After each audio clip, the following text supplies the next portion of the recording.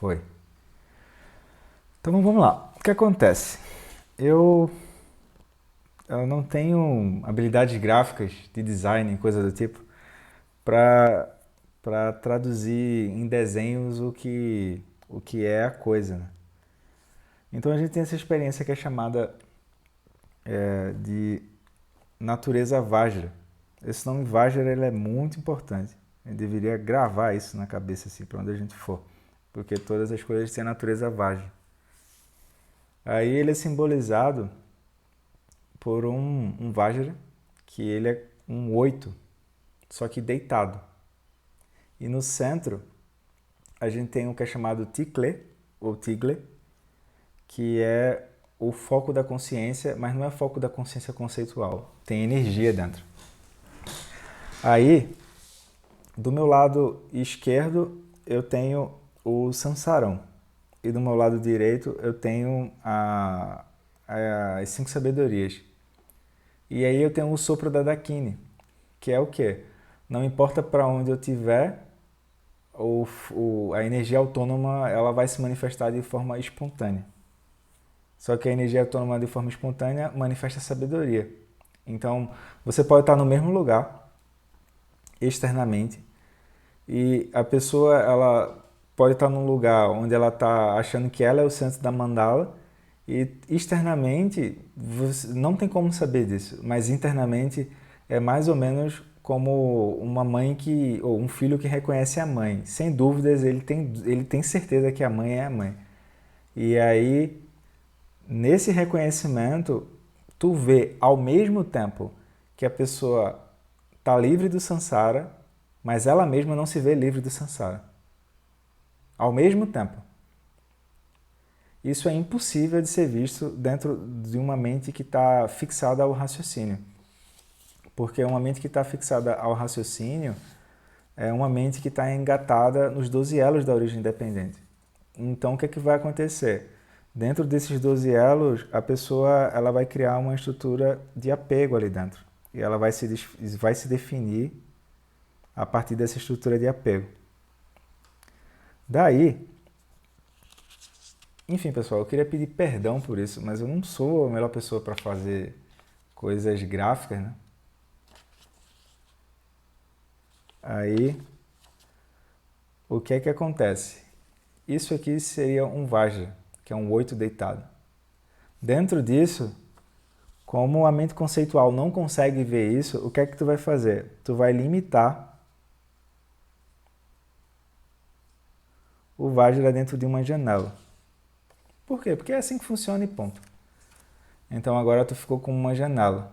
Essa janela, que é isso aqui, vai virar isso aqui, ó.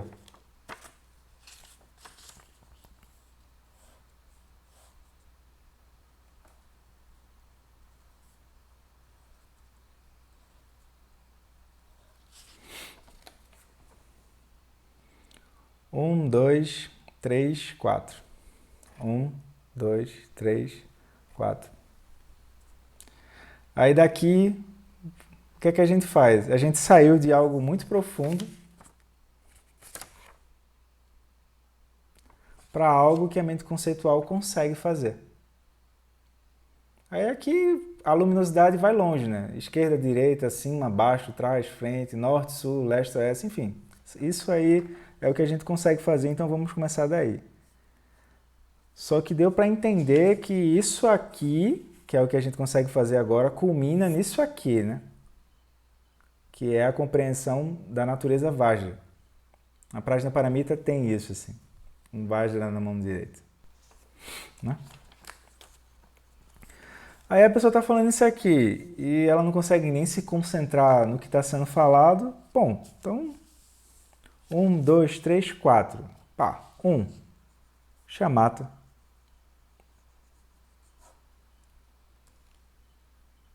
Aí ela vai entender que ela desenvolve um mínimo de estabilidade e serenidade. Né? Aí, Shamatha. Aí, 2. Ela entende que ela desenvolveu essa chamata, aí ela vai para a experiência diária. Quando ela vai para essa experiência diária, as regiões de apego dela, vão ficar evidentes assim.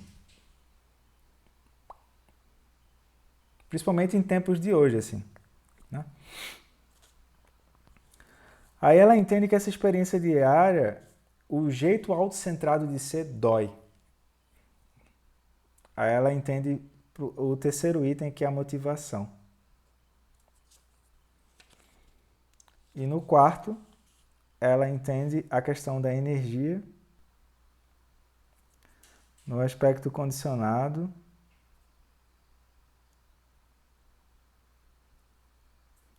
e no aspecto autônomo.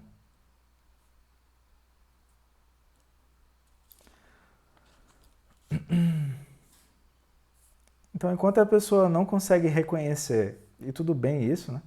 Senão ela não estaria no caminho, ela não consegue reconhecer o aspecto duplo, né? O aspecto Vajra das coisas, e vacuidade por aí vai, então ela vai precisar de um eixo. Esse eixo é esse aqui, ó. Eu, às vezes, tenho saudades do Brito. O Brito era designer que frequentava os encontros e eu mandava esses desenhos para ele e ele fazia aquilo bonitinho. Eu não tenho habilidade com desenho, tá? Então, o que é que vai acontecer? Um eixo, ou seja, você vai girando para lá ou para cá, como se fosse um volante, como você vai levar a sua vida, né? Então, essa é a experiência que a gente pode ter dentro das bolhas, de modo que a gente vai cruzar para essa experiência final, que é a experiência Vajra. Ah, Roberto, isso parece muito abstrato. Não, cara, o que está parecendo muito abstrato é porque eu estou falando e a pessoa está tentando buscar alguma coisa que vai vir de fora para dizer, agora eu entendi. Quando na verdade eu estou falando para ver se você se cansa desse agora eu entendi. Não tem que entender, tem que contemplar. Por isso que, de novo, experiência Vajra, aí tu faz um recorte, porque é o que a mente conceitual sabe fazer, a mente conceitual sabe tirar fotos das coisas, né? E aí tu vai precisar fazer a travessia do aspecto onde tu tá para esse aspecto último. Então, os 4 pontos do treinamento da mente com o aspecto da energia vem por chamata, a experiência diária, a motivação correta e a energia condicionada e a energia autônoma. Tendo falado isso, a pessoa então vai entender que quando ele vai entrar no capítulo que é a magia e o mistério, esse tema da magia e do mistério, ele já foi degustado pelo Buda já. Só que talvez os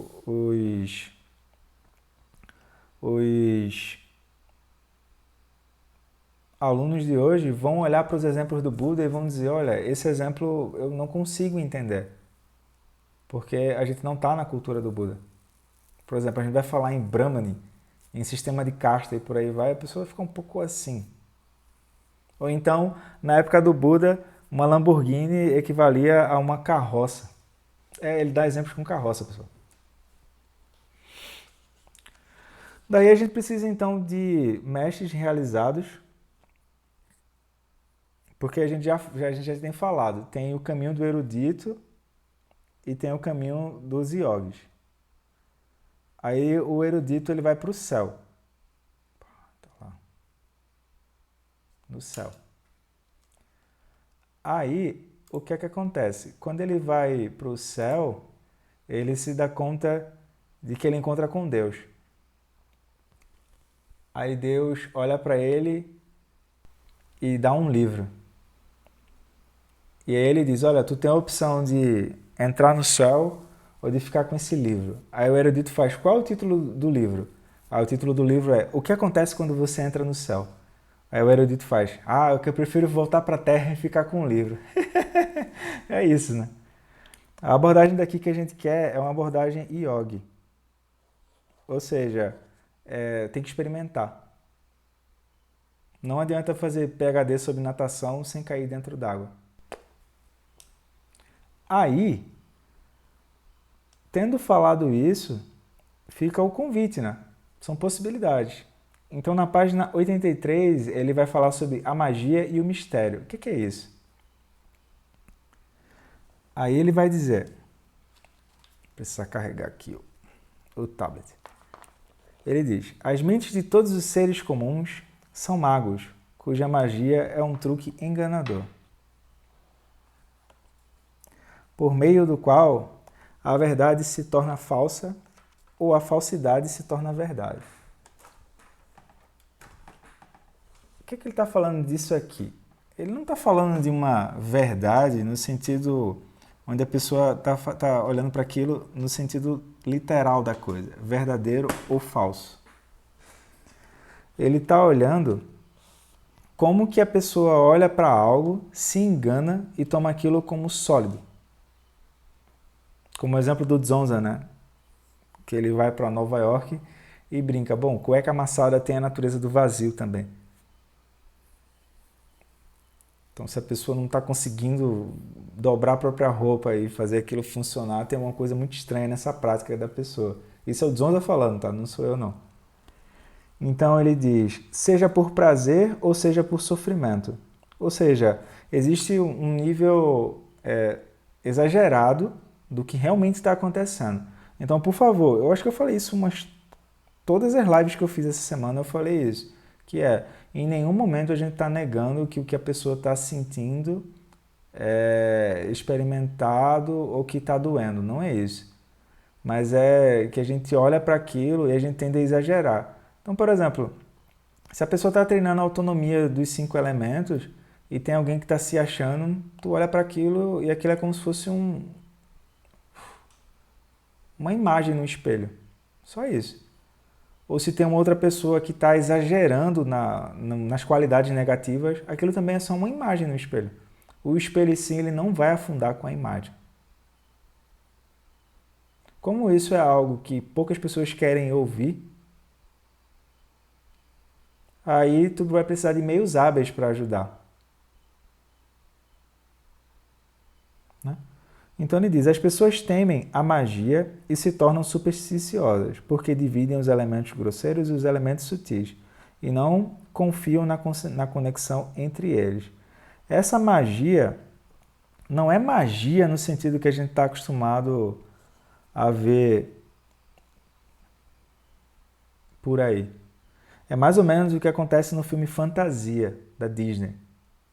Que o Mickey ele é aprendiz de feiticeiro e aí ele começa a mexer lá, né, na mágica dele.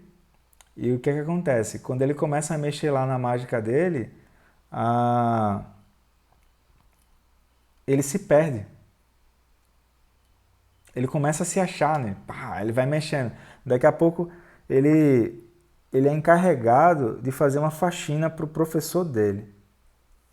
Aí, em vez dele fazer a faxina, ele diz assim, eu estou num local... Spoiler, pessoal. Eu estou num local que tem livros de mágica. Então, eu vou me utilizar dessa mágica para fazer a faxina para mim. Aí ele começa a criar várias vassouras, botar várias águas, botar pinho-sol, botar tudo lá, né? Aí, as vassouras são virginianas lá. Aí tem um exagero na limpeza lá. E pá! Aí daqui a pouco o Mickey diz, não, parou, já foi. Aí as vassouras, não, tem que continuar limpando. Aí pá, aquilo dá uma tragédia total. E no final ele fica refém da própria magia que ele estava criando. Aí o que é que aconteceu? É isso que ele quer dizer que esse hábito de divisão resulta num desequilíbrio entre os elementos grosseiros e os sutis. O que é o hábito de divisão? É o que a gente chama de ignorância. Eu não consigo ver a separatividade da mente e do objeto. Eu acho que o que eu estou vendo está aqui e o meu objeto está lá. Então, uma pessoa que está sem treinamento nenhum da mente, ela acha que as coisas estão acontecendo fora, como se fossem janelas. Uma pessoa que está com o mínimo de treinamento da mente, ela vê as coisas como se fosse uma sala de espelhos. Então ela está olhando fixamente, de modo relaxado, estável e com um brilho no olho sobre o que é que está acontecendo dentro. Então o que acontece? A pessoa se dá conta de que, por exemplo, tem um incêndio para apagar. Aí é assim, pessoal. Já teve incêndios em outros lugares. Não vai ser o primeiro incêndio que vai ter. Aí tem infinitos incêndios. Aí ela nota que o que é que precisa ser feito no incêndio? O que precisa ser feito é isso aqui. Pá. A identidade não quer ouvir isso aqui. O que precisa ser feito é isso aqui. A identidade não vai ouvir isso. Porque não é isso que a identidade quer, pô. Aí o que é que acontece? Vamos supor que surgiu raiva para apagar um incêndio. Aí agora tu tem um peso a mais, que é, tu precisa fazer o movimento da atividade de apagar um incêndio, e agora tu precisa lidar com a raiva, que é a tua raiva. Nesse momento a gente vai usar a tua, né? Mas a gente viu no encontro passado que existe diferença entre a raiva surgir, existe diferença entre criar o hábito de se fixar a raiva e se frustrar com o hábito de criar a raiva. Tem 3 etapas aqui. A primeira eu não vejo, a segunda eu não vejo, aí o que é que sobrou? É isso. Que é isso que a gente quer fazer quando tem raiva.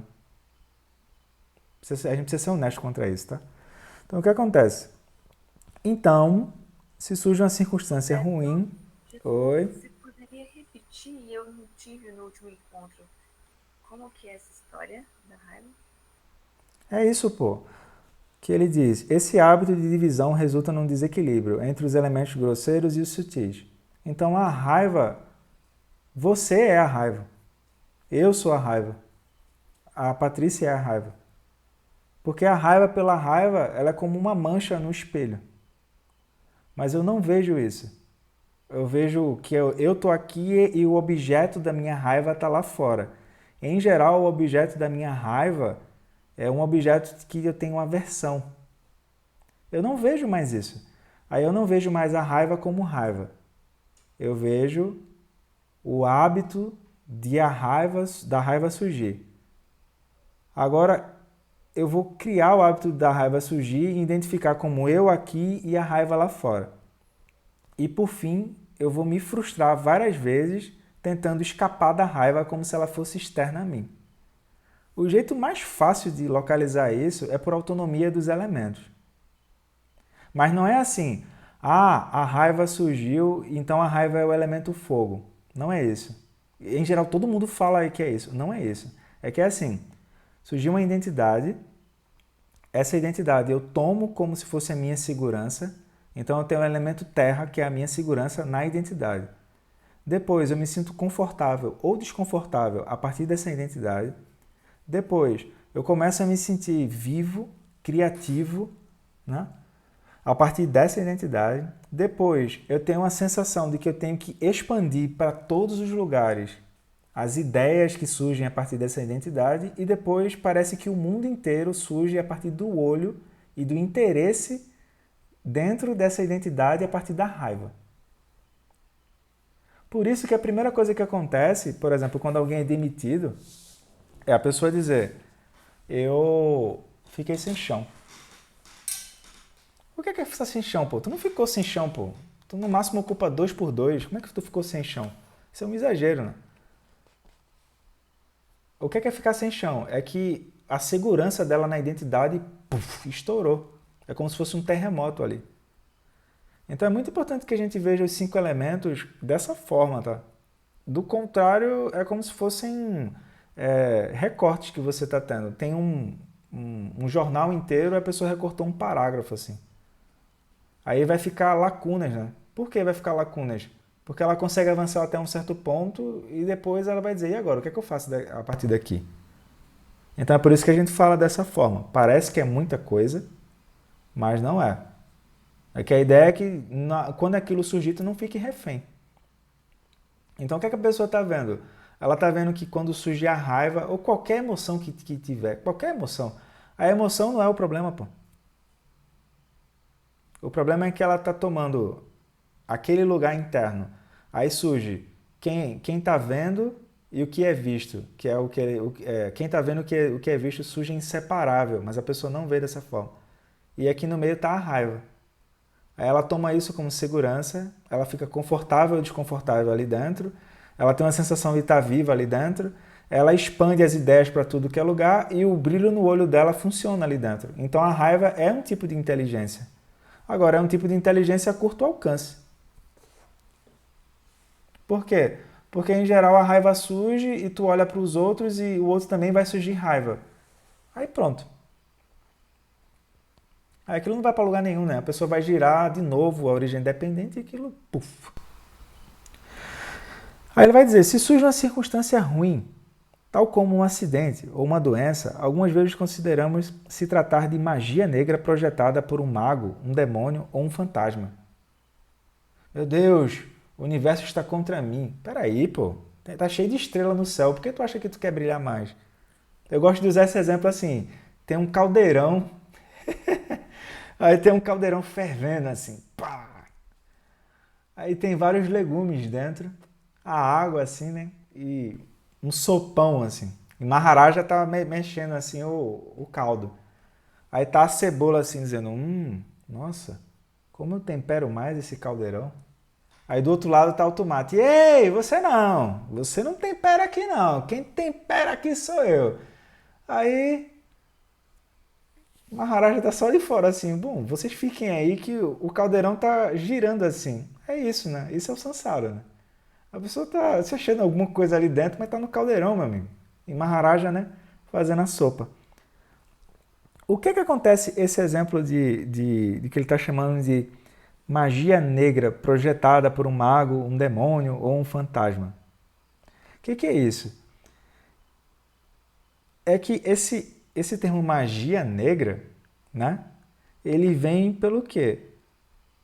Dentro do imaginário tibetano, eles olham para as coisas e vão dizer, olha, isso aqui é uma coisa mágica.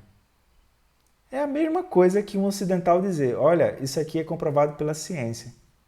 Por exemplo, pessoal, acho que vocês não pegaram essa época, mas vocês lembram na época que saiu o celular? Que era um tijolo assim, caro pra cacete. Ou então melhor, uma linha telefônica. Aquilo era muito caro, pô. Aquilo era objeto de luxo. Imagina há 100 anos atrás dizer que essas coisas existiam. A galera ia dizer, não, cara, isso é magia. Eu não lembro qual é o filme, é um filme de comédia que tem, que a galera vai do futuro e vai pro passado e as coisas que tá no futuro, o pessoal dá uma olhada e diz, você é um bruxo, você é um feiticeiro, essas coisas não existem aqui. Aí começa, é um filme de comédia, depois eu lembro qual é. Então o que ele chama de magia aqui, demônio ou fantasma, é o quê? É simplesmente a mente operando e aí tu tem objetos de olhos, ouvidos, nariz, língua e tato. E ela vai criar aquilo. Por exemplo, pessoal, há 30 anos atrás, vocês acham que... Peguem filmes de ficção científica. Blade Runner. O primeiro, que é com o Harrison Ford. Tem umas coisas ali que aconteciam e a galera dizia, isso aqui é ficção científica, pô. Isso não vai funcionar. Aí, bastam as causas e condições estarem presentes, tem muita coisa do que aconteceu ali no filme que já está funcionando agora. Ou então, tu pega... Como é que é aquele negocinho da Amazon, que tem um dispositivo assim, que tu conversa. Alexa, acabe com todos os meus problemas. Tipo isso. Ou então, eu lembro, quando eu saí da faculdade, quando eu abandonei a faculdade, estava na transição do que eles chamavam de casa inteligente. Então, era uma casa que prometia conforto, não sei o que, não sei o que lá e não sei o que lá. Isso é o que ele está chamando de magia, sacou? É magia no sentido de que parece que as coisas estão operando do lado de fora. Mas não é, pô. Se eu não tiver o observador dentro, aquilo não funciona. Por exemplo, eu estava assistindo um filme de comédia e às vezes eu ria de uma piada e minha esposa não. Então não é o filme de comédia que está provocando isso. Se eu não tiver um observador que começa a entender aquilo, ou filme pelo filme não acontece nada. Então, por exemplo, quando o Chagdu Rinpoche foi para os Estados Unidos, ele disse: vocês são capazes de aprender meditação, vocês são capazes de aprender o budismo. E assim, pessoal, esses mestres, principalmente mestre tibetano, eles não precisam de plateia, assim. O que eles não vão fazer de forma nenhuma é ficar falando algo para agradar as pessoas. O Tilen Norbo mesmo tem entrevistas dele dizendo: as amizades dos ocidentais são muito estranhas, porque elas são sempre baseadas num tipo de barganha. Um tibetano, quando ele olha para alguma coisa e aquilo não está legal, ele manda real na hora. Porque ele não tem essa coisa de autoestima. A minha autoestima está baixa, não sei o quê. Isso não tem no imaginário tibetano. Eles precisam sobreviver, pô. Não tem tempo para ficar com elucubrações. Então o que acontece? Como o tempo é curto, eles olham para aquilo e falam uma coisa como é. Por quê? Porque é muito simples, pessoal. Vai no supermercado. Vocês acham que o caixa do supermercado está preocupado com vocês? Não. Então ele não tem nada para falar para vocês, pô. Aí cabe a pessoa parar e dizer: peraí, isso que está sendo falado faz sentido ou não? Aí o Tilen Norbo fala disso. É muito estranho como os ocidentais se relacionam, porque é como se fosse sempre uma coisa baseada em medo. Então a pessoa está sempre barganhando alguma coisa ali dentro. Ele falando, né? Não sou eu não, é ele falando. Aí por que eu estou falando disso? Porque quando o Chagdu Rinpoche falou disso, a galera já ficou assim: ih, o que é que esse velho quer de mim, né? Aí ele diz: bom, da mesma forma que vocês têm cavalos de 4 rodas e vocês acham que isso pode funcionar, eu estou dizendo, a meditação e os ensinamentos vão funcionar para vocês. Observa, galera, não tem um imaginário no Chagdu Rinpoche do que é um carro. Aí o que é que ele fala? Um cavalo de 4 rodas. Ou então um pássaro de ferro. Quando o pássaro de ferro voar. Tá dando para sacar? Ou seja, como é que é isso, pô? Pra gente isso é super natural, né? Essa coisa, a magia da gente nada mais é do que tu pegar coisas grosseiras e criar coisas o tempo todo. Aí tu fica preso à magia e não sabe como que faz para sair. Para um tibetano, isso seria algo tipo uma bruxaria, assim. O Dalai Lama, quando ele chega eu vou ficar devendo se é nos Estados Unidos ou se é na França. Mas ele fica impressionado com uma televisão. Ele não tinha aquilo, pô. Aí ele pede pra galera abrir a televisão porque ele quer entender como é que aquilo funciona. Aí ele fica impressionado com aquilo. A gente não, né? A gente dá uma olhada assim: pá, que coroa babaca, né? Como assim abrir uma televisão? Aí o que acontece? Ao mesmo tempo, é um milagre que a gente pegue, por exemplo, os manuais de meditação e tu vai ver: uau, o Buda já disse isso há 2.600 anos. Porque ele tá falando do aspecto atemporal da mente, né? E a gente perdeu essa capacidade de olhar para dentro porque a gente está muito preso na magia, que é o quê? A sensação de que parece que as coisas estão acontecendo 100% do lado de fora. Igual a alguém que sofre dentro de um sonho ou de um pesadelo. Então o que acontece? Ele diz: claro, de forma geral, até que nossa mente dualista esteja completamente esgotada, teremos fenômenos negativos. Então, o que é que seria esgotado aqui? Esgotado é que, assim, a pessoa entende que, na medida que ela vai praticando, ela vai desatando os nós de confusão. Aí não sobra mais nada. Só que se não sobrar mais nada, ele não é um esgotamento do tipo que eu vou calculando. 1, 2, 3. Hoje eu fiz tantas marcas kármicas, eu boto lá na tabelinha de avanço da iluminação. Não tem isso. O esgotamento é o esgotamento da sensação de separatividade, ou seja, a identidade. Aí o que é que tu vê agora? Esse é o ponto. É o esgotamento da sensação de que a identidade agora vai. Esse é que é o ponto. A pessoa não confia mais nisso assim. Aí ela atinge a liberação do processo. Então eu acho bacana isso, sabe? Ele diz assim: olha, faz parte do trajeto de que ainda assim a gente tenha certos fenômenos negativos. Determinados demônios ou fantasmas realmente existem por meio desses fenômenos, mas não devemos nunca os imaginar diferentes da nossa própria mente neurótica. É isso, assim. Então, uma pessoa tá lá, aí, olha, eu cheguei num lugar... Geralmente a galera vem falar isso pra mim, assim. Do tipo, eu cheguei num lugar e a energia daquele lugar é pesada, não sei o quê.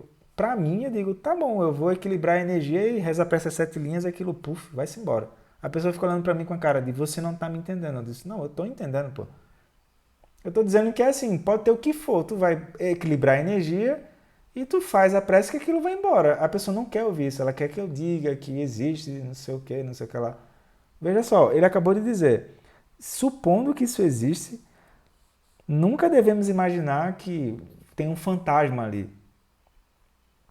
Aquela mente que está ali do fantasma é uma mente neurótica que está sofrendo ali dentro.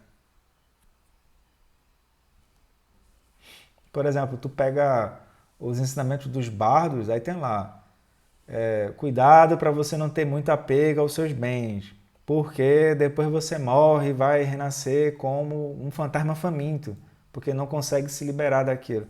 O que é um fantasma faminto, pô? Tá lá nos 6 reinos. Tá? Aí ele diz, até que todos os magos se tornem magos de sabedoria e até que tenhamos transformado nossa mente neurótica em mente de sabedoria, sempre seremos enganados e sabotados. Eu acho isso bacana, porque ele não está prometendo alguma coisa muito não sei o que lá. Vocês vão ver, já já vai estar aberto a liquidação do supermercado espiritual. Compre já a sua iluminação em 7 dias. Tenha já aquela meditação bacana que resolve todos os seus problemas em 24 horas. Ora, você ainda não sabe daquele truque e daquela meditação que vai resolver todos os seus problemas. Polishop. Né? É como se fosse, sabe, vocês não pegaram essa coisa. Eu acho que não, né? Cacete Planeta. É como se fosse uma mensagem da Organização Tabajara. Não tinha isso, assim. A Organização Tabajara tinha uma coisa meio prometendo que vai resolver tudo. Umas coisas meio que eu fiquei assim, ih, rapaz, sinto o cheiro de trambicagem aqui no ar. É tipo isso, sabe? Então é isso que ele tá dizendo o quê? Os magos negros de sabedoria, né? E agora a gente vai se tornar os magos brancos. Ou seja, ele leu O Senhor dos Anéis, né? O Gandalf. O que acontece? Ele está dizendo que o quê? Que até que a gente se dê conta de como que a mente se engana, a gente vai se sentir enganado e sabotado. Então a gente vai estar sempre culpando as pessoas do lado de fora, o mundo já está pronto, né? O mundo está sempre pronto. Tem alguém em algum lugar que está contra uma outra pessoa em algum lugar e por aí vai. E assim a realidade vai só refazendo os personagens, mas o palco e o script seguem os mesmos. Qual é o palco? Sansara. E o script? Os 6 reinos da roda da vida. É isso. Tá? Então ele diz, em termos de benefício definitivo, o melhor antídoto contra os magos é dissolver todos os conceitos mágicos em grande vacuidade. O que seriam esses magos, pessoal? Em geral, seria o reino dos deuses, né? O reino dos deuses, eles se acham grandes sedutores, assim. É muito engraçado aquilo, assim. Aí o que é que tu faz? Pelo poder da vacuidade, tá dissolvido. Aí, como tu não tá defendendo nada, aquilo... Por quê? Porque, em geral, é como se os deuses eles fossem os gerentes do Sansara. Eles estão sempre inventando coisas novas, aí os semideuses estão pegando aquilo e empreendendo, e os humanos estão pegando aquilo e colocando tudo de forma organizada, e assim vai. Né? Aí ele está dando o truque, ó. Ou seja, o ponto central não é ficar apontando os culpados. O ponto central é transformar essa mente obtusa em mente de sabedoria. O Vajra. Isso aqui não é por causa do AC/DC e do Metallica, não. AC/DC e Metallica é bom, escutem. Mas isso aqui é o Vajra. Ou seja, a mesma mente de obtusa, tacanha ali, né? Ela é também a mente de sabedoria, por incrível que pareça. Aí ele diz, o que é a vacuidade aqui? A vacuidade é que tu tá olhando as coisas como elas são, tu não tá fabricando alguma coisa em cima daquilo. Aí ela pode vir de modo mal-humorado ou bem-humorado. A gente dá preferência ao modo bem-humorado da vacuidade. E daí o que ele vai dizer? Então, quando observamos nossa mente, ou seja, uma pessoa que não consegue observar propriamente, ela não está tendo consciência de onde para onde é que ela está indo. Né? Aí ele diz, a dualidade do sujeito interior, que vê um mago, e do próprio mago como um objeto exterior, se dissolve e torna a mente de sabedoria de um só espaço. Isso aqui é o reconhecimento da coemergência, tá? Um só espaço, que é a mente como o céu, é invariavelmente inofensivo.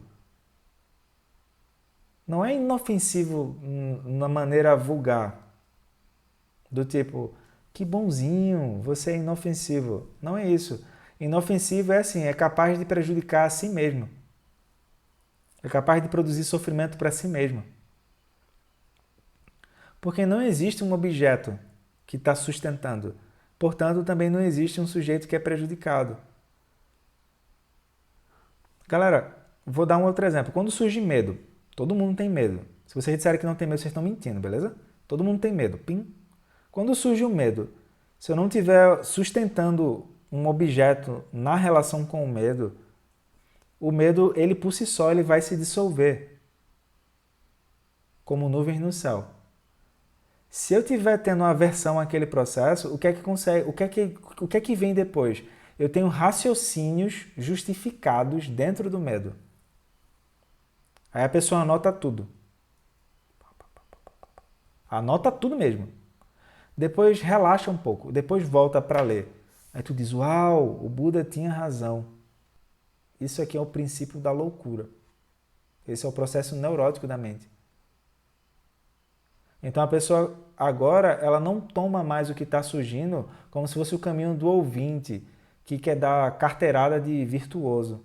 Eu acho essa expressão maravilhosa, carteirada de virtuoso. Porque o caminho do ouvinte, né, faz tudo muito direitinho, né? Quer dar carteirada de virtuoso. O problema, já tem um problema aí que é carteirada. E de virtuoso. Meu amigo, a virtude não é de ninguém. Você vem, você vai e a virtude segue, né? O Buda veio, o Buda foi, a compaixão ficou. Então não é de ninguém. Por que você está querendo dar a carteirada? Aí vem Maharaj assim, encosta! Aí, né? Então o que acontece? Ele diz, todos os fenômenos existentes surgem na mente de sabedoria. Essa mente de sabedoria tem vários nomes, tá? Pode ser mente de abertura, céu, natureza vaga, enfim. Ele usa um nome aqui, mente de sabedoria. Sem esforço, com uma magia de sabedoria desobstruída que sempre beneficia e nunca prejudica. Aqui ele está dando um truque, pessoal. Aqui ele está dizendo o quê? Ele está dizendo que a partir desse lugar de mente de sabedoria, tu não tem mais como se enganar em relação ao samsara. Então o samsara inteiro, ele vira um caso particular dessa mente de sabedoria.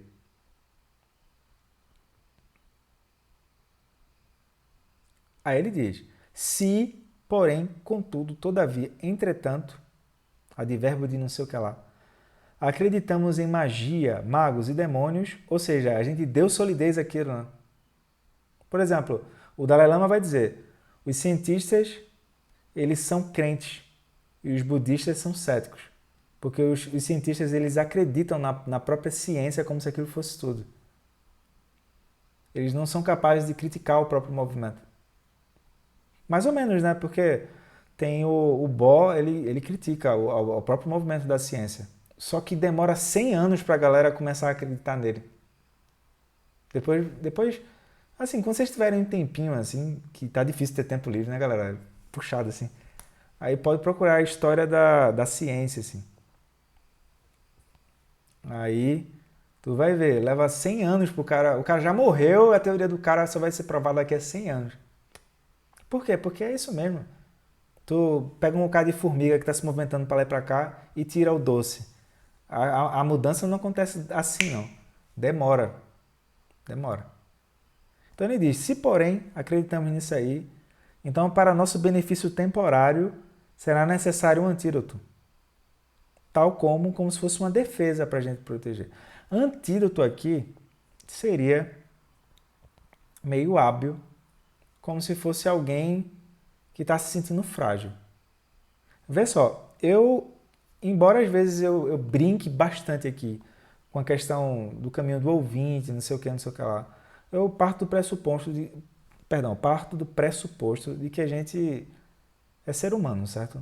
Então, como ser humano, a gente tem fragilidade. A partir dessas fragilidades, cabe a cada um simplesmente parar e dizer o que é que eu consigo fazer agora. Mas primeiro entenda que existe um leque de possibilidades. Eu acho importante isso.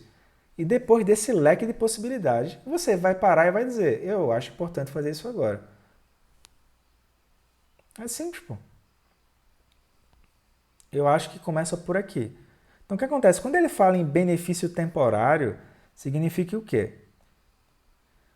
Que existe uma grande diferença entre a mente de sabedoria e a mente dos praticantes de uma escola A ou B. Ou seja, existem dois tipos de categorias dos ensinamentos. Existe o que é chamado ensinamentos provisórios e ensinamentos definitivos. Ensinamento definitivo é simplesmente falar da natureza da realidade como ela é. Em geral, isso é dentro do budismo Vajrayana, tá? Ou seja, tu vai falar do céu, natureza Vajra, Prajnaparamita. Tu vai mandar logo a real, assim. Ou seja, significa que tu vai falar os ensinamentos sem roupagem. Em geral, isso chega num número pequeno de pessoas. Não porque o problema é o ensinamento. É porque é simples. A pessoa vai começar por aquilo que ela tem vontade, pô. É simples. Vai lá na cidade, no shopping, e diz, olha, o que é que você acha melhor? Meditar ou ir na McDonald's? Pô, McDonald's, hein? Agora, eita, olha só. É isso, pô. Então o que é que tu vai ter que fazer? Tu vai ter que pegar os ensinamentos provisórios, que é o quê? Os ensinamentos provisórios é o Buda ou os Bodhisattvas olhando a partir dessa natureza da realidade como ela é, sem caprichos ou nossas vontades. E aí ele vai pegar o quê? Ele vai pegar a cultura daquele lugar, a linha espaço-tempo daquele lugar, o processo educacional daquele lugar, o modo como as pessoas se falam naquele lugar. E aí ele vai pegar a capacidade das pessoas daquele lugar, as motivações das pessoas naquele lugar e vai pegar e vai falar de exemplos de modo que as pessoas daquele lugar possam entender. Não é complicado, não. Não é complicado, não. Por exemplo, o ensinamento dos blocos, né? No bloco 0, a pessoa está na normose. No bloco 1, a pessoa descobriu que tem uma vastidão de sabedorias já existentes. No bloco 2, ela quer treinar em alguma dessas sabedorias, porque time is running out. E aí seria bom ela fazer a experiência surgir de dentro, né? Porque se ela tiver sorte, ela vai para um hospital. Se ela não tiver, é isso. Aí o que acontece? Aqui seria uso de antídotos. Aí ele vai explicar o que seria isso. Ele vai dizer, se necessitamos de proteção contra um mago cujo elemento de energia é predominantemente fogo, podemos visualizar elementos fogo ainda mais fortes ou elementos água bastante poderosos. Ele vai falar assim, não é que tem alguém em algum lugar que é um mago feiticeiro, não é Senhor dos Anéis, não é isso. Por exemplo, tu vai para a cidade grande, os centros, as capitais, o que é que tem de desequilíbrio nas capitais? Elemento ar, elemento fogo. Elemento ar. As pessoas falam de si mesmas como se fosse o centro de tudo o tempo todo. E elas acham que vão se expandir para tudo que é lugar. Elas preenchem o lugar. Elemento fogo. Tem que estar sempre criando coisas novas em movimento. Senão, você não é alguém. Aí tu vai para uma coisa mais interior, tu vê uma coisa mais elemento água, assim. Eu lembro quando eu cheguei em Águas de Lindóia, aquilo para mim foi muito impactante. Eu disse, uau, as pessoas aqui são mais um pouco água. Aí tem que cuidar também porque, né, água demais encharca. Aí vai devagar. Aí pá. Mas você vê a diferença assim, porque não tem ninguém te cobrando coisas o tempo todo, que é o elemento ar e o elemento fogo. A cobrança para coisas porque tem que incendiar tudo. Aí a pessoa vai vendo, né? Aí aqui é o quê? Aqui é assim, aquilo tá machucando e eu preciso de uma defesa contra aquilo. Isso é meios hábeis, grosseiros. Não é meios hábeis no sentido do ensinamento de fato. Aí aqui seria o caminho do ouvinte. Ou seja, o samsara está lá fora e eu preciso me proteger disso. Como é que eu faço para me proteger? Não é esse que a gente está botando. Né? Então ele vai dizer, 84, ele vai dizer, a essência dos demônios da magia pode ser compreendida por meio do exame de cada um dos seus 4 aspectos. O que é isso, pessoal? O que é um demônio? Demônio é uma obstrução mental. Ou seja, a gente não parou para clarificar aquilo. Tem lá no texto A Iluminação da Sabedoria Primordial, o texto raiz, demônios, impedimentos, espíritos despeitados e malévolos. Todos eles nada mais são do que manifestações mentais. Esse todos eles nada mais são significa que a pessoa parou várias vezes para contemplar aquilo. De novo, de novo, de novo, de novo, de novo, de novo, de novo, de novo, e aquilo, plof. Aí ela diz, o demônio da obstrução, então, primeiro tipo de demônio, demônio da obstrução. O que é isso? Vocês estão percebendo que hoje é dia de exorcismo, né? Ele diz, o demônio da obstrução aparece como resultado da dependência em nossos sentidos internos obscurecidos, que utilizamos para criar uma conexão com os elementos externos. Por exemplo, terremotos, enchentes e acidentes não são inerentemente bons ou maus. É muito estranho a gente ouvir isso. Por exemplo, você começa a morar um pouco mais na natureza, aí você diz, uau, olha que coisa incrível. Quando tem uma tempestade, a tempestade pode ser vista como algo ruim, certo? Mas aí se tu parar um pouquinho, desligar o noticiário e desligar o noticiário interno, tu vai perceber que aquela tempestade, ela mexeu nas árvores. E aquelas folhas que foram levadas na tempestade, elas vão servir de uma outra coisa para algo maior que está acontecendo naquele lugar. Imagina se as árvores ficassem reclamando que aquilo é uma coisa ruim. Deus ia ter que criar um PROCON, pessoal. Sacou? Então as coisas não são inerentemente boas ou também não são inerentemente más. Por exemplo, tu pega um campo de concentração. Aí tem pessoas que usaram o campo de concentração para crescer a compaixão ali dentro. Tem pessoas que usaram o campo de concentração para fazer coisas horríveis. Então o problema não é o aspecto externo, o problema é o aspecto interno. Tá? Aí ele diz, Roberto, e isso é a natureza Vajra, no fundo, não é? eu acho melhor não conceituar a natureza Vajra. Ah, é? Porque a natureza Vajra não pode estar dentro de um conceito, senão ela vai ser impermanente. Entendi. Melhor Mas também não entender. você diz assim, pode ser isso ou pode ser aquilo. Por exemplo, você deu o exemplo da natureza, né? Uhum. Eu estava vindo aqui e a gente falou sobre isso, porque às vezes tem deslizamento de terra, né? E tem uma encosta muito íngreme. Daí eu falei para o meu companheiro, ah, o deslizamento para nós, no nosso olhar, é algo negativo. Mas ele não é nem negativo nem positivo, porque no fundo o planeta se mexe, a Terra se mexe, Então, de repente, aquilo está estável, mas pode descer, né? Uhum, E como poderia ficar. uhum. Então, essa abertura, na verdade, é que tudo é possível, não é nem bom nem ruim, né? Só é. É que é assim, ó, esse tudo é possível, ele teria que soltar no final e não engatar em outras coisas. Porque o que acontece? Tudo é possível, mas tem que ver como que o karma está funcionando ali. Caso contrário, a pessoa cai num tipo de existencialismo ou num niilismo, que é tudo é possível, então niilismo, tudo é Não, possível. mas eu posso dizer assim para ele: isso é possível, eu vou olhar para isso, por exemplo, e vou falar: nossa, que perigo, deslizamento. A própria árvore pode, estou descendo.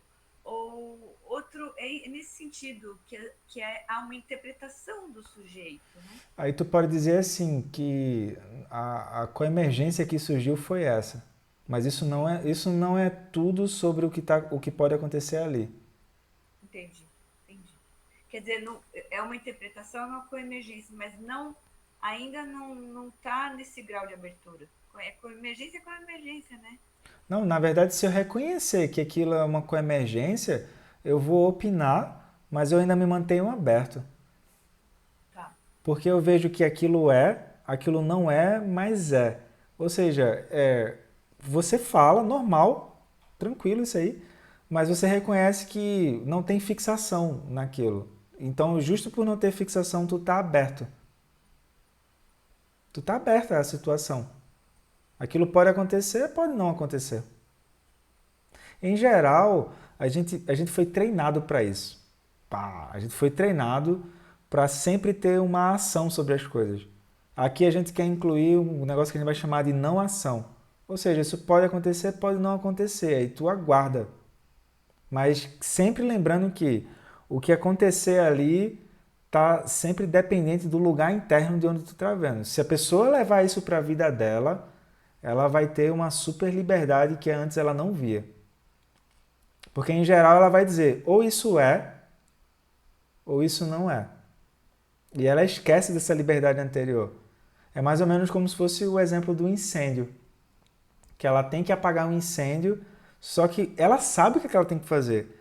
Mas só que se a mente dela estiver carregada para lá e para cá por alguma emoção perturbadora, ela tem um peso adicional.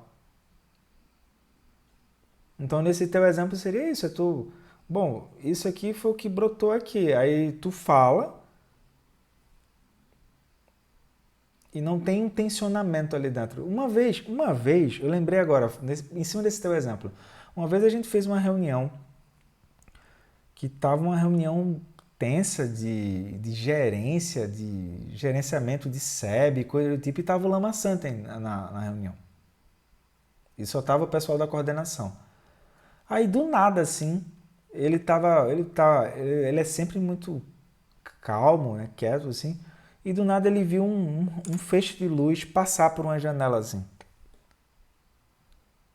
Aí no meio da conversa, aí ele falou, olha só que interessante, esse é o meu olhar viciado de físico. Esse feixe de luz. Ele começou a dar uma aula de física no meio da reunião, assim. Aí depois todo mundo ficou sem entender nada.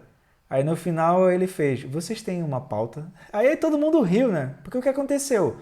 Todo mundo chegou na reunião tenso, querendo dizer o que é que não é, como é que deveria ser, como não sei o que, não sei o que lá. Daqui a pouco passou meia hora da reunião e ninguém falou nada do que era para fazer. Aí quando ele diz: olha só que interessante, esse é o meu olhar viciado de físico, ele está fora desse processo. Então ele pode descrever o que está acontecendo, mas ele não está tensionado, ele não está rígido ali dentro. Se tiver um nível de rigidez, você não consegue dar um passo atrás. Não brota a sabedoria da igualdade, por exemplo. Não brota. Por isso que ele está dizendo, ó, o que está acontecendo externamente não é 100% do que está acontecendo externamente. Mas a gente vai ter as nossas opiniões e assim por diante, pessoal, vai ter. Aí ele diz, família, amigos e amantes não são em si mesmo bons ou maus, mas quando o nosso ego se conecta com essas circunstâncias e substâncias externas e as interpreta dentro dos nossos conceitos, categorizando como aquilo é bom ou aquilo é ruim ou aquilo é bom, e tanto interpretações ruins quanto boas se tornam demônios obstrutores. Ou seja, a gente pode achar que aquilo que é favorável é algo que é só favorável. E aquilo que é desfavorável é algo que é só desfavorável. Só que o que acontece? Tem uma ambiguidade ali dentro, que é dukkha, né? Ou seja, dentro desse aspecto tensionado e fixo, a mesma experiência ela pode ser uma experiência doce ou ela pode ser salgada. Então a vida é agridoce, como diz Elizabeth Mansinanguel. Mas o que é que ele está tentando trazer aqui? Não é que a gente fique pensando, agora essa experiência é boa, agora essa experiência é ruim, mas que a gente reconheça que se a gente ficar fixado a isso, isso vai trazer problemas para a gente. Então ele diz, o demônio desobstruído aparece quando surgem sentimentos e estados de espírito que não são resultado e que não dependem de circunstâncias e substâncias externas. Geralmente, ficamos muito preocupados com tais demônios desobstruídos. O que é isso?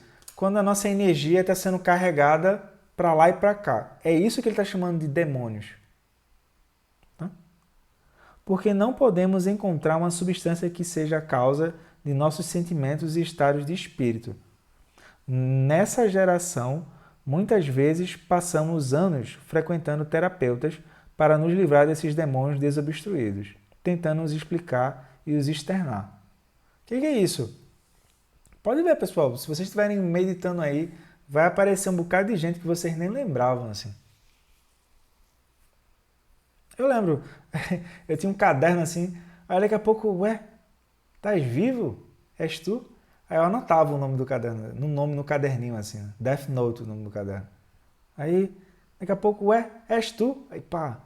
Daqui a pouco eu botava um asterisco do lado, pessoal, do nome. O asterisco não é que a pessoa era especial, não.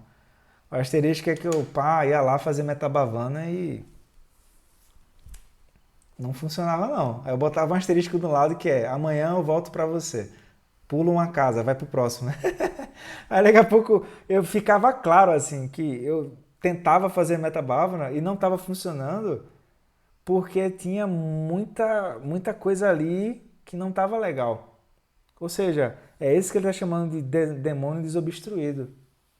Porque, por exemplo, aquela relação para mim não estava legal. Aí não é que apareceu um outro ser assim, tipo no LX e levou aquela relação, pessoal. Como é que é isso, assim? Devia ter, né, o LX de relacionamento. A pessoa bota lá, praticante budista, frequenta não sei o quê. Aí bota lá, devia ter, pô. E bota no final as estrelinhas pra que seja feliz. Aí leva, assim. Né? Aí aquilo é muito interessante, porque você entende no racional que, pô, é mesmo, né? Se fosse o problema fosse a relação, como é que essa pessoa se relaciona com outra pessoa? Né? Devia ter, assim, tipo um lixão de reciclagem de relações, eu acho. A pessoa vai lá e leva, olha, eu vim trazer aqui esse lixo aí, já tem um outro seu. Opa, lixo não, tô aqui na fila, viu? Se vacilar, calma, pô. Pois é, porque não era o outro. É com emergente, né? Aí ele diz, passamos anos frequentando terapeutas para nos levar nesses demônios desobstruídos, tentando nos explicar e os externar. Isso é muito importante. Por exemplo, às vezes relações acabam. Não estou falando com crianças, tá? Então tem pessoas aqui maiores de 18 anos que já passaram por várias relações. Estou falando abertamente. Relações acabam e é difícil falar sobre o que é que está acontecendo naquele final. Você não sabe dizer exatamente. Então tem pessoas que nem querem falar sobre o que está acontecendo. Elas só têm uma sensação de que tem que se afastar e pronto. Então, por exemplo, é muito importante, pessoal, que quando a gente está praticando, a gente teve alguma coisa ali que brilhou o olho de prática, que a gente compartilhe. Porque, às vezes, a gente está na direção certa, mas como a gente ainda está engatinhando nesse processo, a pessoa fica insegura de que aquilo é aquilo mesmo ou não. Então, o que é que tu faz? Às vezes, o que tu vai fazer é só incrementar. É só dar um tapinha nas costas assim, dizendo, vai, é por aí. Vai em frente que é por aí. Então, às vezes, algumas coisas que são óbvias para o terapeuta, para quem está indo para a terapia, aquilo a pessoa está gerando um insight sobre aquilo pela primeira vez. Como se fosse uma criança que está tentando aprender a falar. Então é muito importante isso, sim. A gente considerar que a gente tem algo a aprender. Tá? Daí, por que a gente está falando isso? Porque às vezes a pessoa vai tentar explicar o que está acontecendo, ela não sabe, ela só tem uma sensação ruim dentro. Isso significa que é como se ela tivesse vestido aquele demônio dentro dela. Eu sugiro que vocês assistam a Invocação do Mal, depois desse encontro de hoje. Tem vários Invocação do Mal, tá? É tipo isso. Porque você vê, né, como se a pessoa estivesse sendo carregada pelo demônio da confusão e ela não sabe. Né? Daí ele diz, esse é o primeiro demônio, né? Que é o demônio da... Primeiro é o demônio da obstrução, que é botar as coisas numa prateleira. A prateleira daquilo que é bom, aquilo que é ruim. Aquilo que é direita, aquilo que é esquerda. Né? Esse é o primeiro, da obstrução. Então, se eu só estou dizendo que isso aqui é bom ou que aquilo é ruim, porque aquilo está totalmente separado de mim. Poxa, o Brasil perdeu a Copa. Eu não sei se isso é inerentemente bom ou inerentemente ruim. Porque um argentino vai dizer, pô, a Argentina ganhou a Copa. E aí? Então, o demônio da obstrução. Depois, o demônio desobstruído. Ou seja, são justamente aqueles locais que a pessoa às vezes não sabe dizer. Isso pode acontecer com qualquer pessoa, pessoal. De dizer assim, acordei hoje, eu não sei o que é. Às vezes eu boto lá no Instagram, né? Bom dia, como é que estão? Sei lá como é que a pessoa tá do outro lado, mas eu vou fazer o meu papel, né? Aí botei lá, ok, sei lá, não sei o que, meio jururu. Já para tentar quebrar o gelo, né? A pessoa acordou meio jururu. Sem vontade de cantar uma bela canção. Aí se tu perguntar o que é, ela não sabe dizer exatamente o que é. Ela só sente uma baixa de energia. Mas a baixa de energia dá pra ver. Aí o que acontece? Ele diz depois, o demônio da autossatisfação. Se a gente quiser classificar isso aqui como obstáculos no caminho, maravilha também. Então o que é o demônio da autossatisfação? É ligado às nossas qualidades mundanas. Surge quando interpretamos circunstâncias boas, tais como status, amigos e conforto, com base no orgulho e numa sensação de contentamento, e assim nos apegamos à nossa própria boa fortuna. O demônio da autossatisfação, ligado às nossas qualidades espirituais, é mais sutil. Isso está descrito com detalhes no livro Além do Materialismo Espiritual. Então não vou nem me atrever a falar porque eu vou manchar a coisa, tá? Então, por exemplo, podemos considerar que o nosso caminho espiritual é superior. Nosso professor é o melhor. Nossas experiências visionárias ou de êxtase são muito especiais. Nossa mente se torna obscurecida pela autoimportância com esses pensamentos. E porque não podemos incrementar nossas qualidades puras devido a essa mente obscurecida, não é possível vencer os demônios da autossatisfação. Ou seja, é justo porque a minha mente agora se fixou a esse ponto que eu não consigo agora olhar outras coisas. Aí eu posso criar apego a isso, eu vou repetir de novo, repetir de novo, repetir de novo, repetir de novo. Aí eu fico fixado aquilo. Né? Depois aí ele vai seguir. Esse aqui eu achei que é o mais fácil de entender, né? Porque ele está falando bem na lata aqui. Depois ele diz, o demônio da presunção surge quando interpretamos o eu quando sendo melhor do que o outro, usando conceitos de comparação. Por exemplo, podemos pensar, eu sou mais belo, mais inteligente, mais talentoso do que eles.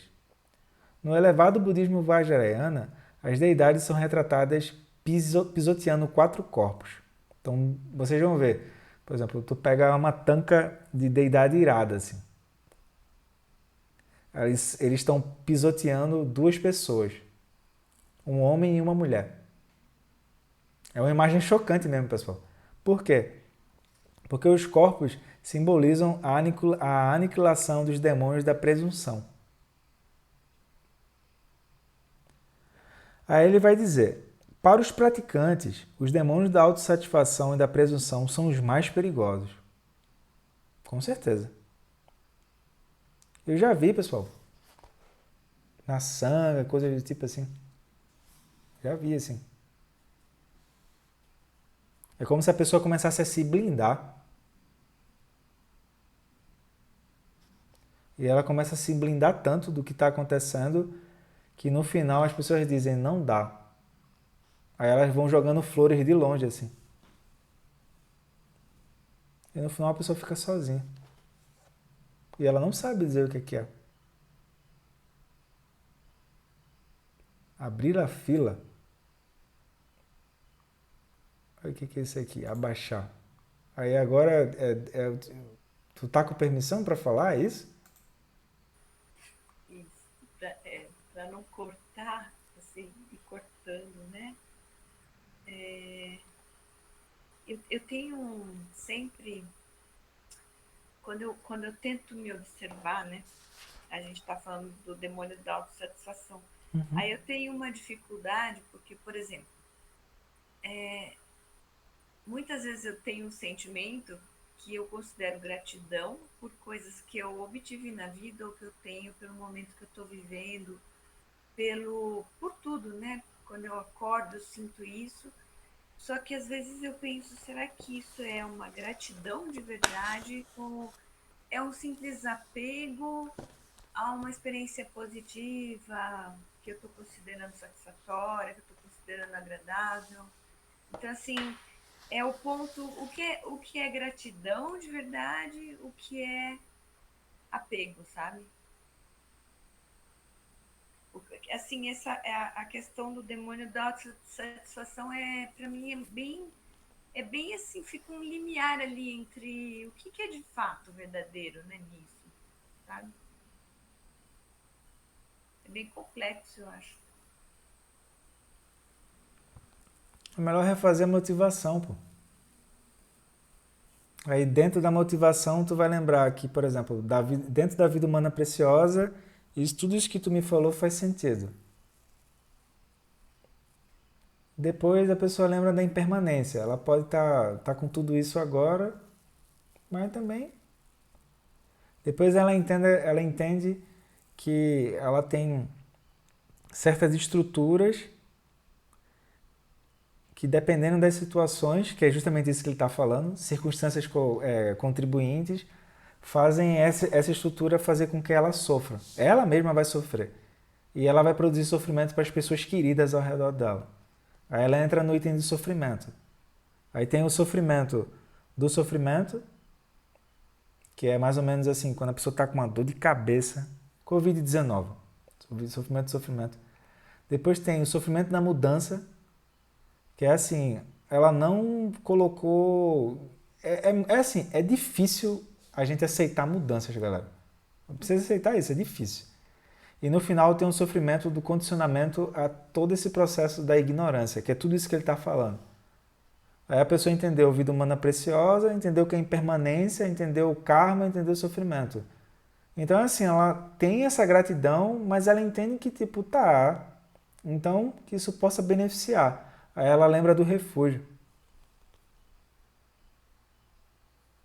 Por exemplo, por que no final aqui do encontro a gente faz refúgio e a gente toma os votos de dedicação de méritos? Esse ponto é sutil mesmo. A gente toma a dedicação de méritos por quê? Para lembrar por que a gente está praticando. Aí a gente vai treinando do jeito que a gente puder. Isso seria treinar a fundação. Quando a fundação está pronta, não é a fundação de afundar não, é fundação, tá? Quando a fundação está pronta, ela não tem mais essa recaída. São os 4 pensamentos que transformam a mente. Eu não gosto muito desse termo transformam a mente, sabe? Eu prefiro os 4 pensamentos que direcionam a mente para o Dharma. que é o termo mais original.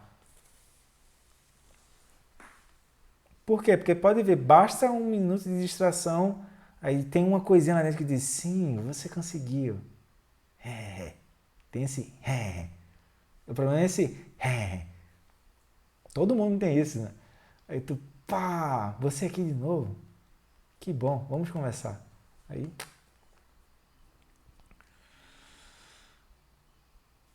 Sem realizar a mente de sabedoria, um praticante pode se tornar um santo ou um sábio, sem abandonar o ego, com o uso de certas sadhanas. Pode atingir grandes poderes tais como um de um mago. Mas sem a compreensão verdadeira de nossa natureza real de sabedoria e sem confiança em nossa mente de sabedoria, não importa que poderes alcancemos com a nossa prática. Se não somos capazes de libertar nossa mente do orgulho do ego, na conquista de tais poderes, eles se tornarão apenas uma causa de samsara. Aí ele vai falar aqui, o guru que conhece os 3 tempos disse, há muitos santos, mas poucos atingirão a realização. O que é isso? O que é esse santo? É santo no sentido assim, que a pessoa está com um comportamento elevado, dando carteirada de virtuosa, mas no fundo ela quer alguma coisa ali em troca. Então ele diz, sem realizar a mente de sabedoria, mesmo que um santo seja capaz de realizar diversos milagres grandiosos, se a essência de sua magia é o ego, ele apenas criará demônios de presunção e autossatisfação, que são enormes obstáculos para a iluminação. Então, aqui ele disse, ó, tudo isso que a gente está falando aqui é porque a gente está visando a iluminação. Então, por esse motivo, o caminho do praticante é muito difícil. De forma geral, até que um erudito alcance completa confiança em sua mente de sabedoria, ele precisa praticar em segredo e sozinho. Muitos anos atrás, na Índia, havia um grande erudito chamado Fonte do Ensinamento, que vivia e ensinava na Universidade Budista de Nalanda. Ele atingiu o Siddhi comum por meio da prática da sadhana de sua deidade e se tornou capaz de realizar milagres grandiosos. Quando concedia iniciações, dispunha de vasos rituais suspensos no céu e assim ficava com as mãos livres para fazer gestos. Começando errado. Embora sua mente fosse muito poderosa, seu professor o instruiu a não sair de Nalanda, até que tivesse atingido confiança em sua própria mente de sabedoria. Ou seja, ele está dizendo para que não serve um professor. Mesmo assim, ele abandonou a universidade, né? Como um aluno devotado, e foi para o mundo realizar as ações de um santo. Na estrada, encontrou uma moça que não acreditava no budismo. Como ela estava perto de um pessegueiro, ele pediu por alguns pêssegos, mas ela disse, pegue você, não sou sua escrava. Então ele sentou perto do pessegueiro e quando menos esperava, as frutas caíram à sua frente como chuva. A moça disse imediatamente, antes de comer, olhe para mim. E enquanto ele olhava para ela, ela olhou para os pêssegos e eles retornaram para a árvore, de modo que ele ficou sem nenhum. Ele então ficou primeiro envergonhado e logo em seguida furioso. Ahá! Então ela lhe disse que, embora você seja um yogi muito poderoso, fique certo de que daqui a 3 noites você não estará mais vivo. Pá! Ele foi embora com seu aluno e após um tempo ficou doente, com sangue na urina. Mesmo possuindo o poder da visualização da deidade, sua ansiedade aumentava cada vez mais, porque sua confiança na sabedoria não era o suficiente. Eu acho isso bonito do Tilen Norbo, que ele diz o quê? Quando a gente não tem confiança na sabedoria, aí a gente vai confiar no que é habitual, que é o quê? Confiar na identidade, pô. Então o problema não é a identidade, o problema é a forma como a gente se relaciona com isso. Então ele diz, ele pensou que estava sendo punido pela deidade por desobedecer o conselho do seu professor, de não sair da universidade até atingir a confiança na sabedoria. Ou seja, se for para o mundo, tenham diploma. Foi-lhe dito que sua doença só seria curada com a espuma das águas do mar. Né? Acho lá no baldeário de águas de Lindóia. Era melhor ter ido para lá. O mar, então, era longe. Então, ele mandou o aluno buscar o remédio. No caminho de volta, o aluno encontrou outra moça que perguntou para onde ele iria com tanta pressa. Ou seja, cuidado com essas moças por aí, pessoal. Quando ele explicou que seu professor estava doente, que quase morrendo, ela respondeu triste que ele já havia morrido. Pá. O aluno jogou fora a espuma do mar e correu até a cidade, onde havia deixado o professor, mas quando chegou, o encontrou vivo. O professor perguntou: onde está a espuma do mar? E o aluno explicou que a moça na estrada havia lhe dito que era tarde demais. Então, fonte do ensinamento soube que morreria pelo poder do demônio. O sangue de Cristo tem poder, já para evitar confusão. Ainda assim, ele decidiu, usando seus próprios poderes, tentar voltar a seu corpo depois da morte. E por esse motivo pediu a seu aluno que o protegesse o cadáver. Quando o fonte do ensinamento morreu, vocês viram que Tilenobal ele é meio... Né? Essa mesma moça, que era uma bruxa, produziu a emanação de muitos lobos que ficaram rondando em torno da casa onde o corpo se encontrava, arranhando as portas dos vizinhos e urvando tão alto que a cidade inteira ficou sabendo que havia um cadáver nas proximidades. Ou seja, ele está tentando o tempo todo fazer as coisas do jeito dele e não está funcionando. Né? Naquela época não tinha um WhatsApp para mandar para o professor. Então, quando amanheceu, ela reapareceu como uma moça e espalhou notícias onde o cadáver poderia ter encontrado. Né? Ela juntou todo mundo no grupo do WhatsApp e mandou lá. Pá. Então, as pessoas do vilarejo foram à casa e levaram o corpo para queimá-lo. Depois de 3 dias, apareceu um rodamuinho próximo ao aluno e dele veio uma voz dizendo: nessa vida não pude me iluminar, mas talvez durante o bardo eu consiga. Então, cuidado com redemoinhos e janelas abertas. Muitos textos budistas mencionam outros exemplos de obstáculos criados pelos demônios da presunção e da autossatisfação. Praticantes como fonte do ensinamento foram emanados pelo Buda para nos ensinar a reconhecer os efeitos desses demônios. Na verdade, pessoal, tem um momento, quando a gente for praticar, que existem chamados roteiros de prática de meditação, ou manuais de prática de meditação. E nesses manuais já está descrito tudo que pode acontecer de problema e como lidar com isso. Então, praticantes como... Se somos inteligentes ou famosos devido ao nosso intelecto, mas não possuímos confiança na sabedoria, sempre será necessário resguardar-se quanto aos demônios da presunção e da autossatisfação para que possamos praticar de forma pura. Ou seja, refaz o voto de refúgio bodhicitta. Por quê? Porque a pessoa só vai refazer isso se ela tiver largado, soltado o osso. A gente usou esse termo bastante, né, Patrícia, no encontro passado. É difícil soltar o osso, meu amigo. Quando você solta o osso, você faz o que tem que fazer. Né? Então, sem uma confiança completa em nossa mente de sabedoria, continuaremos a nos deixar enganar pela magia. O que é a magia? É tomar a identidade como fonte de segurança. Quer pensemos que se trate da magia de demônios ou da magia de nossas próprias mentes neuróticas. Aqui ele estava de mau humor. Tá? Sem compreender realmente, encararemos tudo que for mistério como suspeita, separando o sujeito e objeto de modo sutil e grosseiro, sem confiar na verdadeira natureza do mistério, de sabedoria inerente de nossas mentes. Aí ele vai dizer o seguinte: por que eu apressei aqui? Botei vezes 2 a velocidade do áudio. Porque ele vai explicar o que é mistério nesse contexto. Ele vai explicar o que é mistério.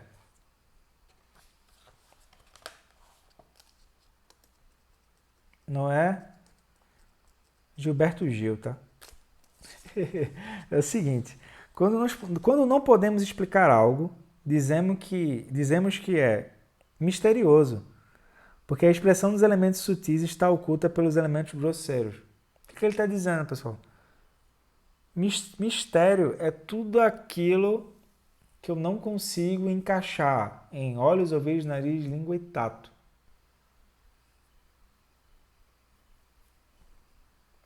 Todas as qualidades ocultas são misteriosas. Oculto ao quê?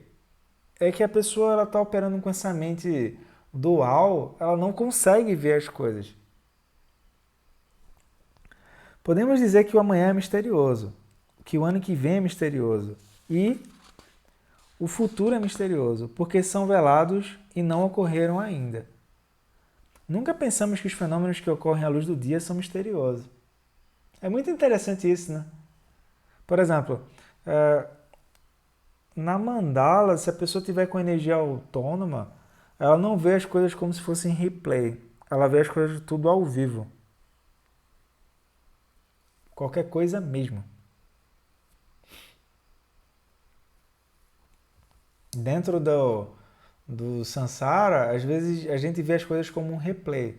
Então daqui a pouco a gente diz assim, tô enjoado disso aqui, quero fazer uma coisa nova, tô entediado disso aqui.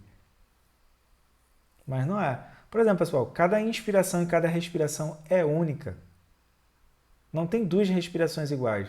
É apenas a mente deludida que cria a sensação de 1, 2, 3, 4 e assim por diante.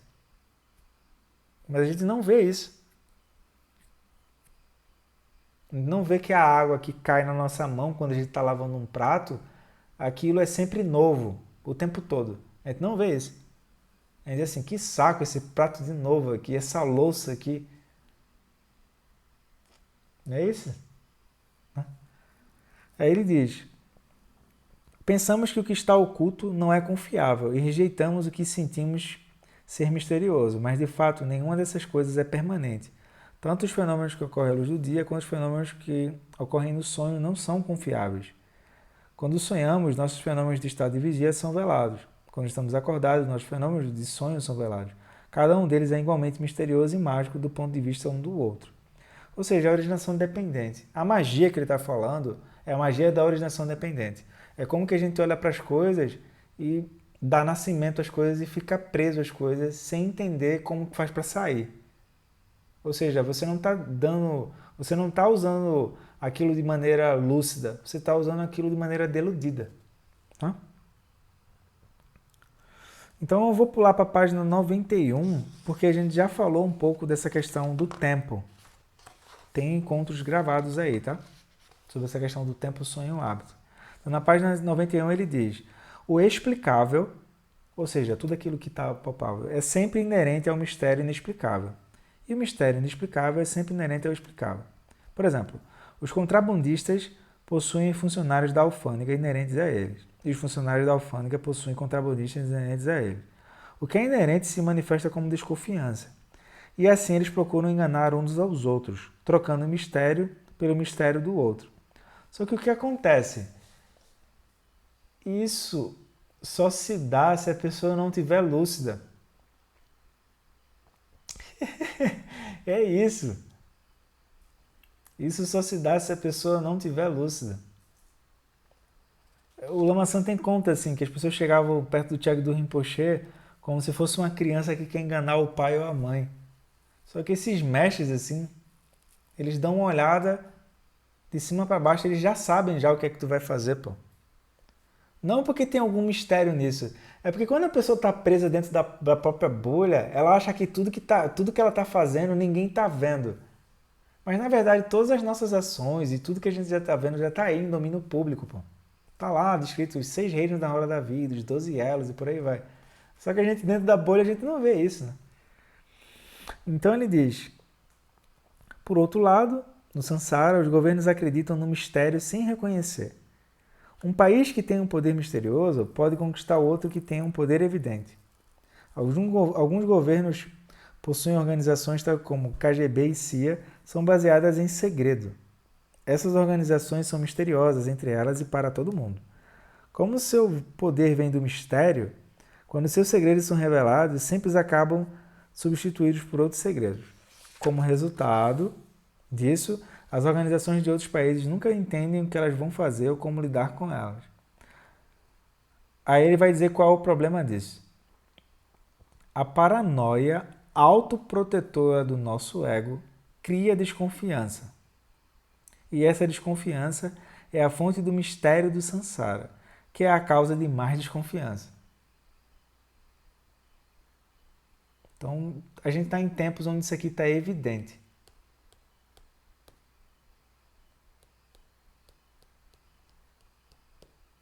Por quê? Porque se tu tá em tempos que tu vai falar das virtudes, a pessoa dá uma olhada logo assim do lado e diz, que idiota, que trouxa, que pessoa ingênua, e por aí vai. Só que se tu tá na mandala, a outra pessoa pode estar se achando que foi, tu tá assim, coitada, a pessoa tá se achando ali dentro, mas vai ser derrubada por uma raraja, né? Não vai para canto nenhum ali dentro. Brota compaixão. Então diz, sempre desconfiamos que objetos externos possam vir a nos causar dano, e assim criamos a separação e a divisão, mas nunca suspeitamos que esses mesmos objetos sejam Buda, nossa própria mente misteriosa, nunca separada de nós e a fonte do mistério de Nirvana. Se as pessoas podem acreditar no mistério do Sansara, também deveriam acreditar no mistério do Nirvana. É interessante isso, por quê? Porque ele está dizendo assim, olha, se vocês estão aí desconfiando que tem uma teoria da conspiração do não sei o quê, que tem uma lei de não sei o quê, tem uma lei de não sei o que lá, desconfia que a iluminação é possível, pô. Então, podemos dizer que os seres sencientes são misteriosos, porque devido à falta de confiança na sabedoria, eles são enganados pelos seus próprios fenômenos não confiáveis. E o não confiável é sempre misterioso. Podemos também dizer que o Buda é misterioso, porque suas qualidades sublimes são ocultas devido à nossa mente obscurecida. O mistério do Sansara, criado pela mente dualista, sempre faz com que sejamos enganados. Só que o que acontece? A pessoa não vai sair mais fisgada pelo mistério do Sansara. É como se o Buda fosse o Mr. M, sacou?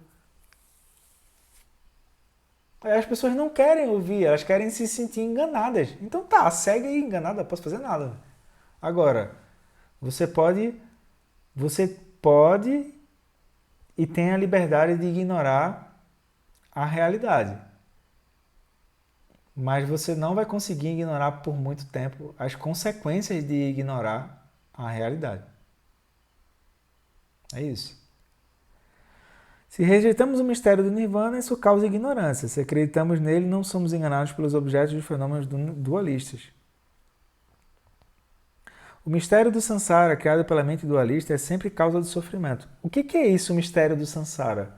Tu vai ver, por exemplo, os deuses, eles buscam o sucesso e evitam o fracasso. Então eles acham que isso é um mistério, mas já está tudo revelado, está lá na roda da vida, pô. Os semideuses, eles buscam a vitória e buscam evitar a derrota. Os humanos, eles buscam segurança e evitam o desconforto da ausência de segurança. O reino animal, ele está em busca de alguma coisa que deixe ele com um senso de inércia ali dentro e tem um desinteresse sobre a amplidão na vida, né? Eles vão seguir ali dentro. Por exemplo, eu nunca vi uma leoa refletindo sobre o que é que os filhos dela vão ser quando crescer. Será que eles vão fazer faculdade de medicina, engenharia e tal? Nunca vi. Nunca ouvi falar, pelo menos, né? Nunca vi alguém entrevistar uma leoa sobre isso. Aí, os fantasmas famintos, eles olham as coisas como consumo e têm medo da escassez. Esse é um mistério, né? Mas não tem mistério, tá aí. E o reino dos infernos, eles olham as coisas como uma violência e um medo daquilo poder ser descoberto, né? E assim vai, tá? Aí ele diz, o mistério do Sansara é um ciclo infindável e inexplicável. Isso aqui é o seguinte, é como se a pessoa estivesse sempre buscando justificar a vida dela a partir dos 12 elos da origem independente. Então aquilo é sem fim.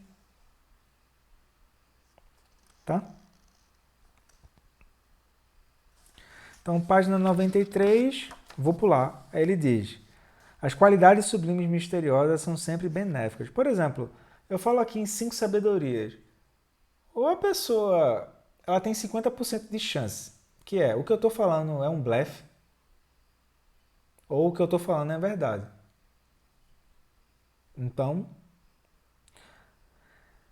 elas fazem com que a mente fique cada vez menos dependente dos objetos. Então, por exemplo, em nenhum momento eu falei que para fazer as 5 sabedorias funcionar, você precisa de aplauso, por exemplo. Ou você precisa da atenção das outras pessoas. Ou você precisa da aprovação das outras pessoas. Ou você precisa competir com as outras pessoas. Então ele diz, então você não está dependente de objetos, né? Permitindo que o explicável e o inexplicável se unam inseparavelmente. Ou seja, por exemplo, para a pessoa ver a vacuidade das coisas, ela não vai conseguir fazer isso se ela estiver fixada dentro dos próprios referenciais. Porque os referenciais dentro do Sansara, eles só veem aquilo, pô. É como se fosse um autômato. Não é autônomo, é autômato. Ou seja, só reconhece aquilo de novo, de novo, de novo, de novo, de novo.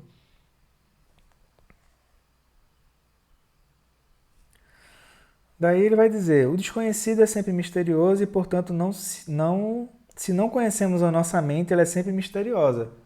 Então é isso, né? O que é que a gente quer fazer aqui? A gente quer mostrar o making of de como o Sansara produz a magia de nos fazer de trouxa. Não deveria botar um narizinho de palhaço assim. Alô, Sansara? E rir assim. Pá, é assim que tu quer me pegar? De novo, Maharaja, és tu. Porque a mente é o derradeiro mistério, o Dharma, que é a expressão das qualidades puras de nossa mente, também deve ser misterioso, porque nossa mente é misteriosa. Fenômenos externos comuns que vêm da mente também são misteriosos. Depois ele vai falar, e aí página 94, lá no final. Página 94, ele diz, a mente de sabedoria do Buda é pura e misteriosa.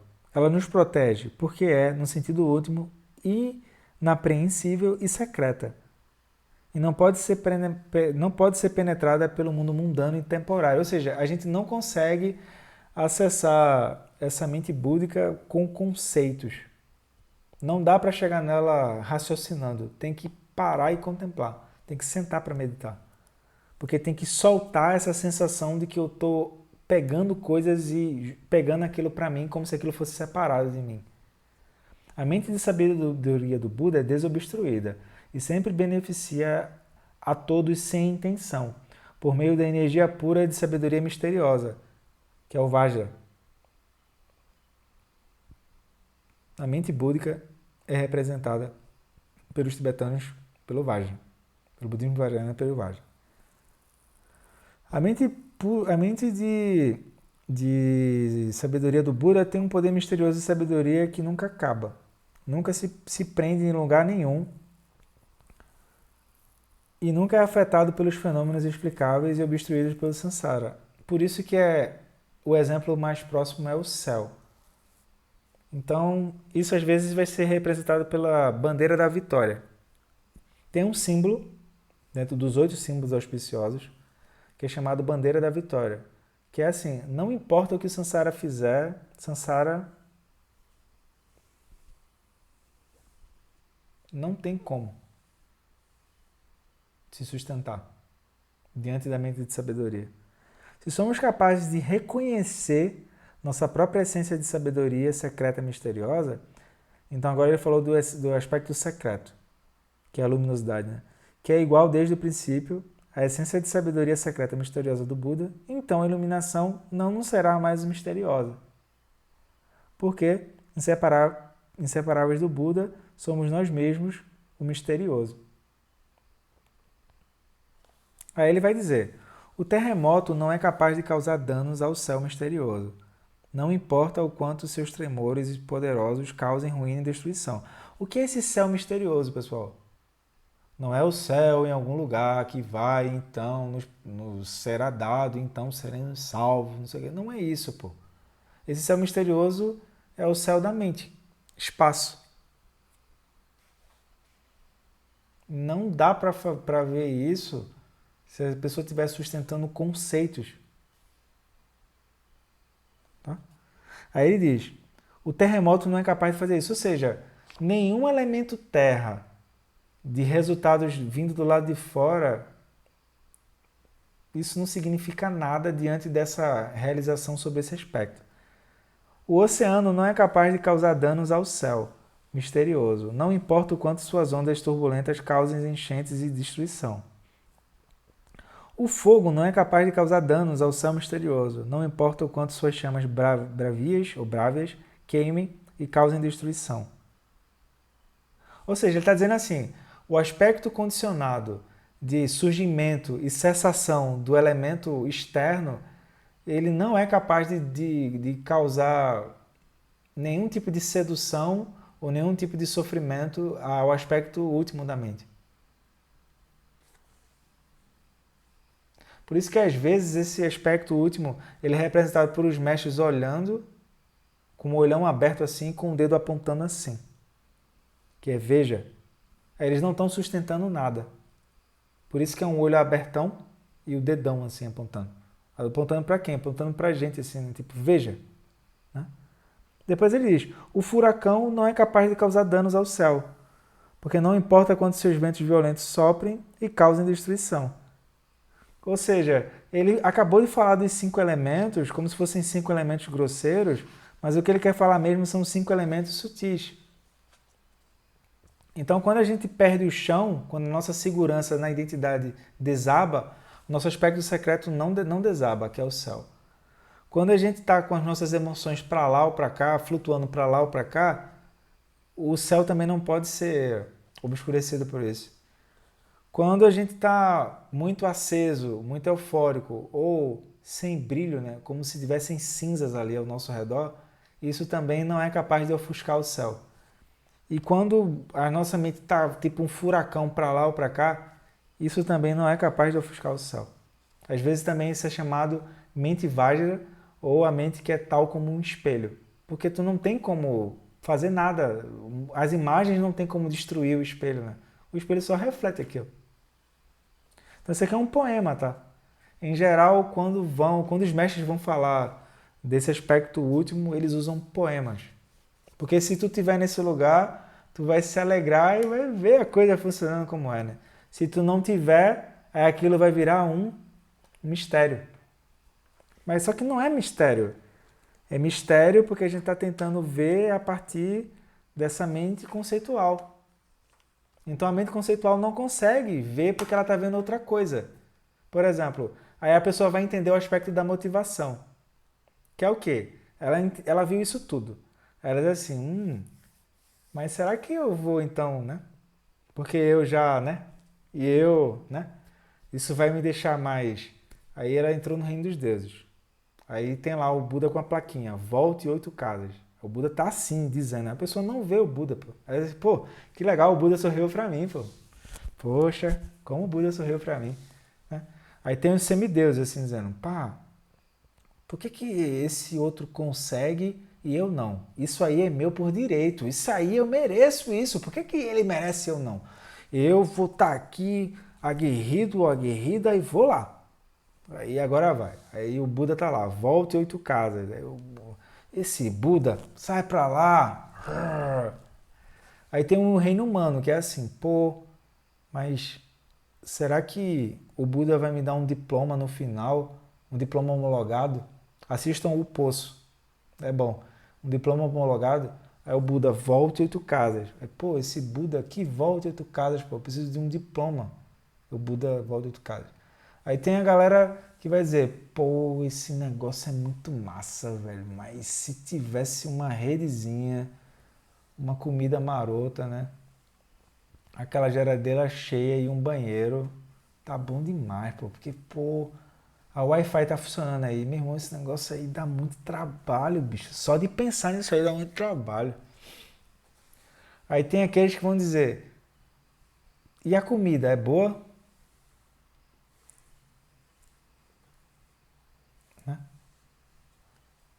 Pá, eu tô aqui, mas se as pessoas puderem me dar mais atenção, porque a atenção que elas estão me dando, eu não tô me sentindo bem, assim.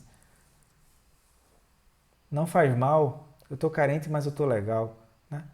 E por fim vão ter aqueles que vão dizer, eu tô por aqui, mas eu tô ligado qual é de vocês aí. Vocês ficam rindo, mas eu sei quais são as intenções de vocês, assim. Aí a pessoa fica meio aquele meme da Nazaré, assim, o tempo todo, assim, olhando o que é que as pessoas querem. Aí a pessoa revê a motivação e segue, né? Aí o Buda tá lá, volte 8 casas. Se vocês pegarem depois o quadro da Roda da Vida, em cada um dos 6 reinos tem um Buda. Ninguém fala disso, né?